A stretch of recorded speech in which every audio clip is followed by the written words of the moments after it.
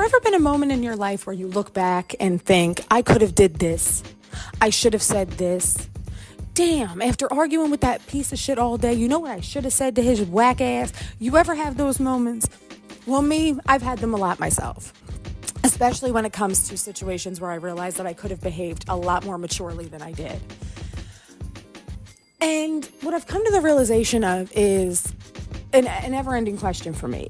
Is it better to regret the things we didn't say or regret the things we did? Because I still haven't figured that shit out. This is the one with the things I left unsaid. Back at the height of COVID, my relationship with my now estranged ex took a real hit.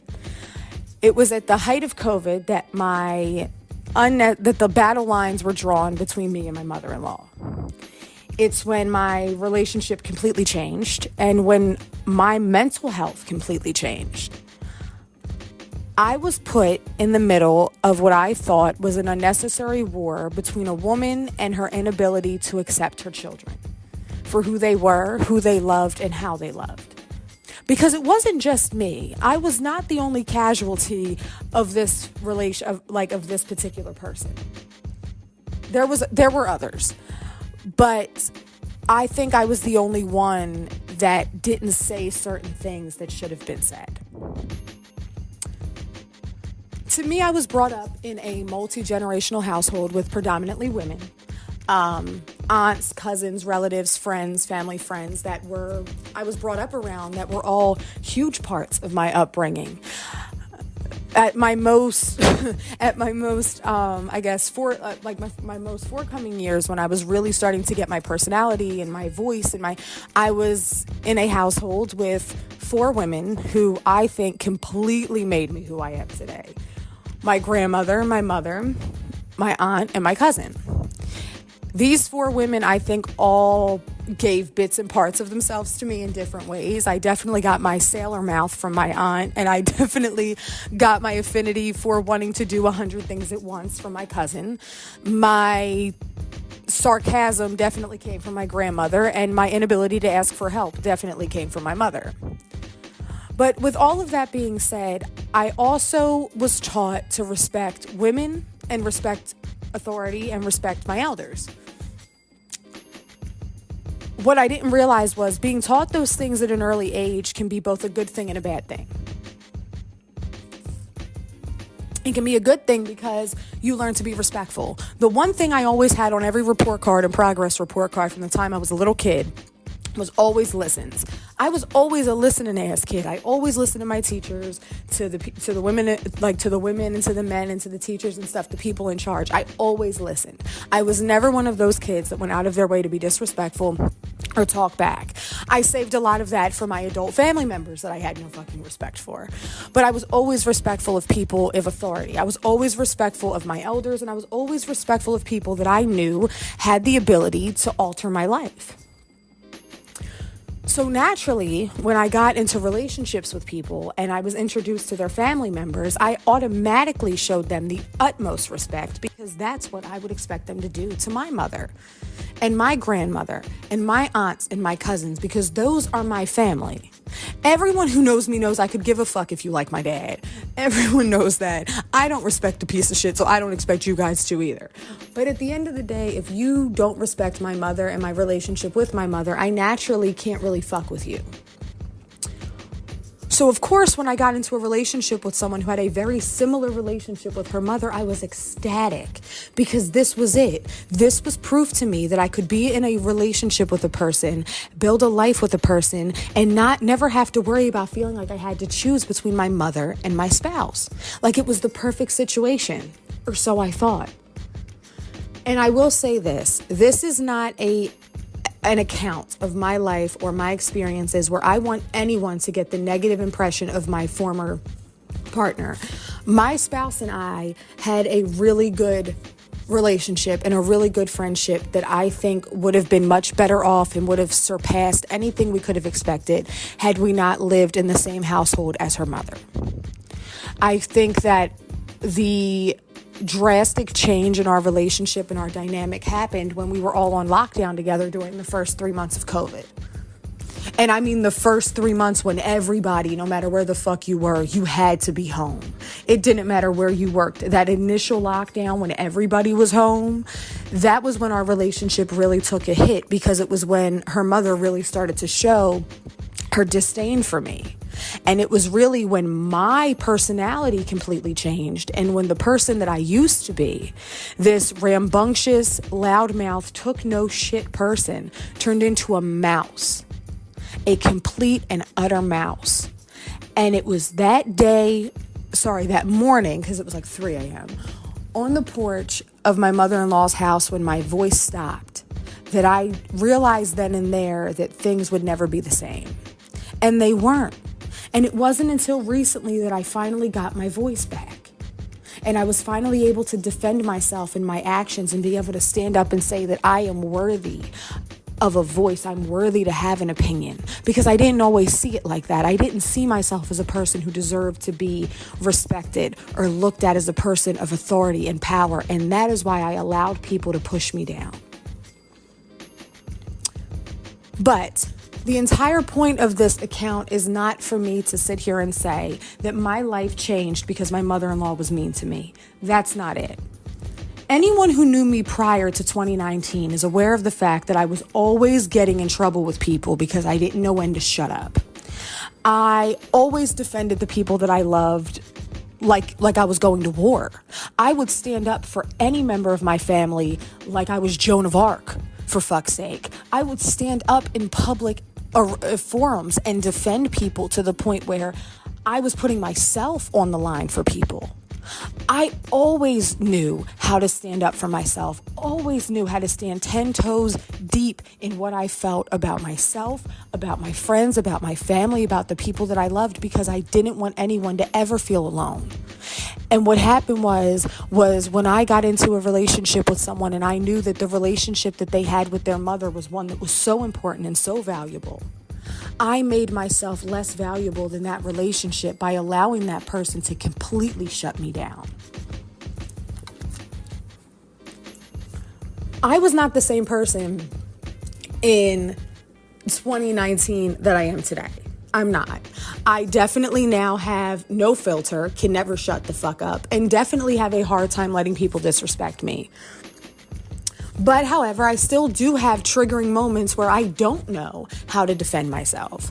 Like, take, for example, about a month or so ago, I want to say, we have an extended family that was kind of created when my mom and dad moved into their first house together. The family that lived next door became inseparable with my mom, and the woman who lived next door became my mom's best friend and still is today. Her family became extended relatives of ours, even sometimes surpassing my own blood relatives as people that I consider cousins. Recently, a member of that extended family had an issue with something that I did, and because I was unaware of it, I didn't believe that I had anything to account for. I didn't think I had anything to be sorry for. I didn't know that I owed that person an apology or an explanation or even owed them anything. I'm thinking everything's okay. That person then decided to, rightfully so, feel a way that they felt and go on a tangent about how I am and bringing up things that happened in the past and I didn't defend myself. I didn't feel like I had to. I didn't feel like I should have, because again, I still to this very day I know I didn't do anything wrong. What I was being accused of, I didn't do. And to me, call me stupid, admitting to something that you didn't do by apologizing for it is giving that person the green light to say that you did it. So I didn't do the thing I was being accused of, so I didn't apologize for it. I didn't do the thing I was accused of, so I didn't go out of my way to make it right. But I also didn't stick up for myself. I also didn't stand up and say that I didn't do this and I would appreciate it if you didn't accuse me of things I didn't do.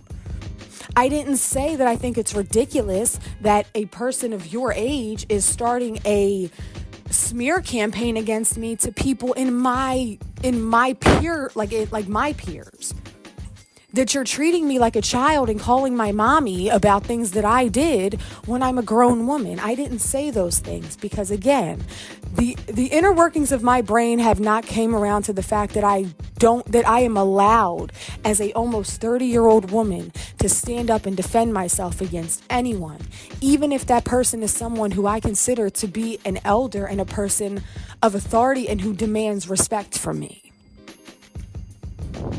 And what I'm learning over the last couple of months and over the last year of my life has honestly been that the reason why I'm so unhappy and the reason why I've struggled so much with my own self-worth, my own self-esteem, and my own importance in this world is because I don't see myself as someone who deserves to be respected.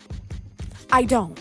I have allowed women, I have allowed men, I have allowed family members, friends, ex-partners, people on the street, people on the internet to denounce me as this horrible person.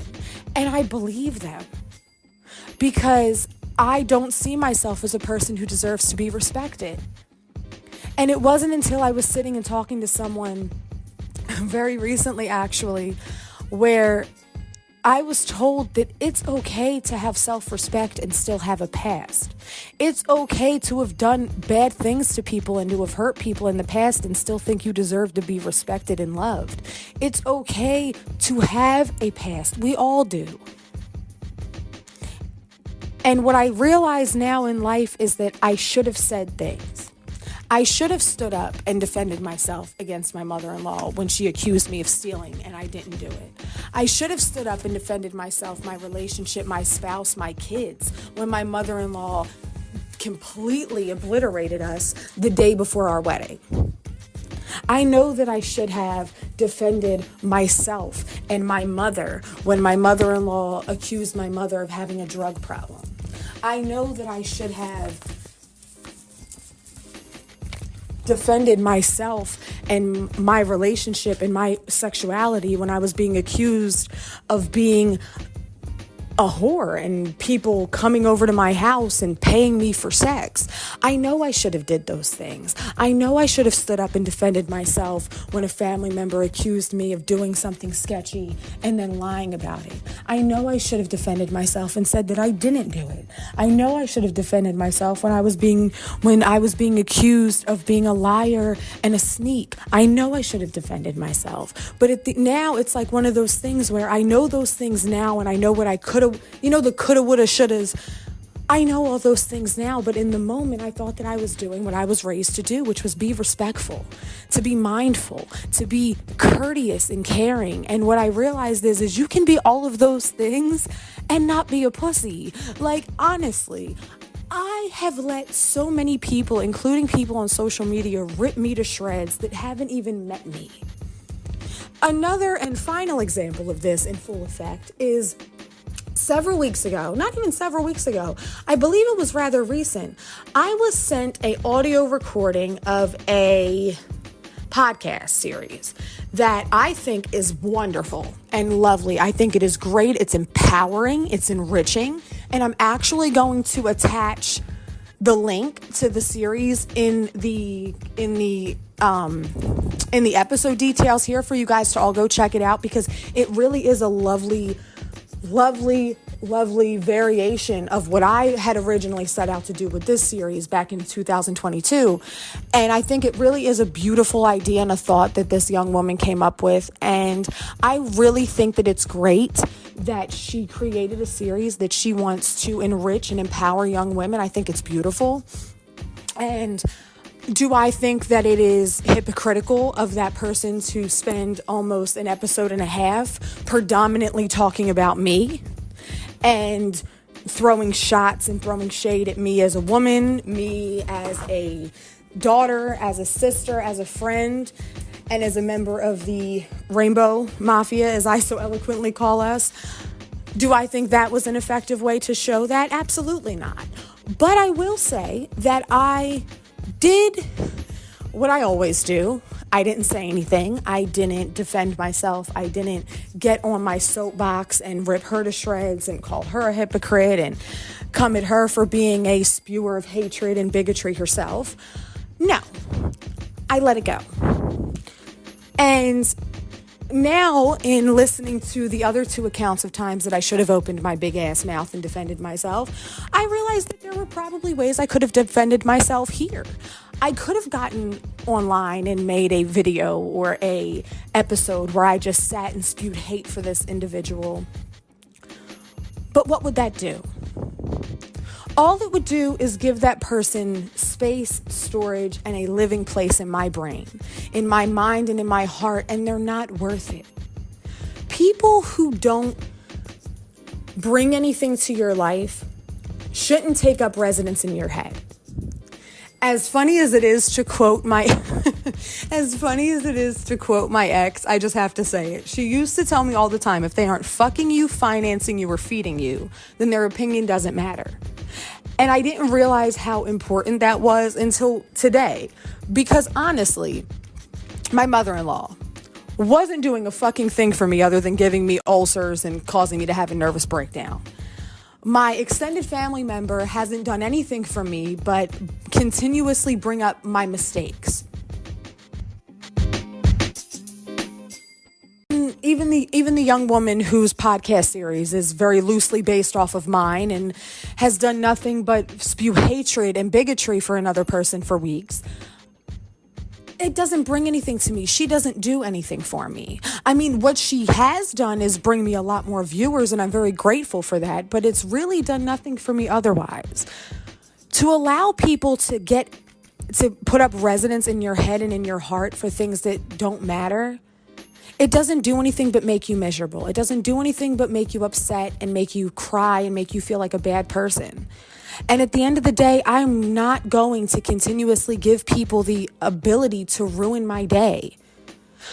Recently, I had decided that I was going to go onto these friend finder apps to see if I could meet people to, hang out with and spend time with, not on no freaky shit, but rather on friend finding missions. Outside of maybe a handful of people that I consider to be friends, I don't have a lot. So what I thought I would do with this new stage of my life is try to meet new people and maybe, build friendships that could go on into my more now adult years. When I was on these apps, I was introduced to these people who I thought would be the perfect fit for me. They're people that have had the same life experience as me, people that would have certain things in common with me, and the only thing that it reminded me of is that people hate for no reason. And there were people on there that were listening to my series and listening to my podcast and listening to my YouTube videos and reading my content. And rather than taking anything from it that was good and meaningful and powerful, all they took was negativity.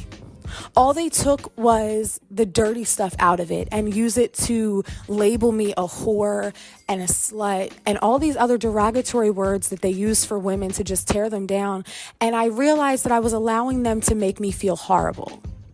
One individual actually made me feel so horrible about myself that I actually considered self-harming because she really made me feel like shit. And it's wild because I've always been this person who always told her siblings, like I always told my sisters, I always tell my friends to never let anyone make you feel bad about yourself. Stand in your truth, be you, and just live the life you want to live. And it's ironic that I can give advice like that, but I can't take it myself. And in knowing now that there's so many things that I could have said differently when I just chose to just beg and plead for friendships and beg and plead for relationships, what I should have told anyone who has ever thought a negative thing about me is until you walk a mile in my shoes, make sure you can afford the bitches first.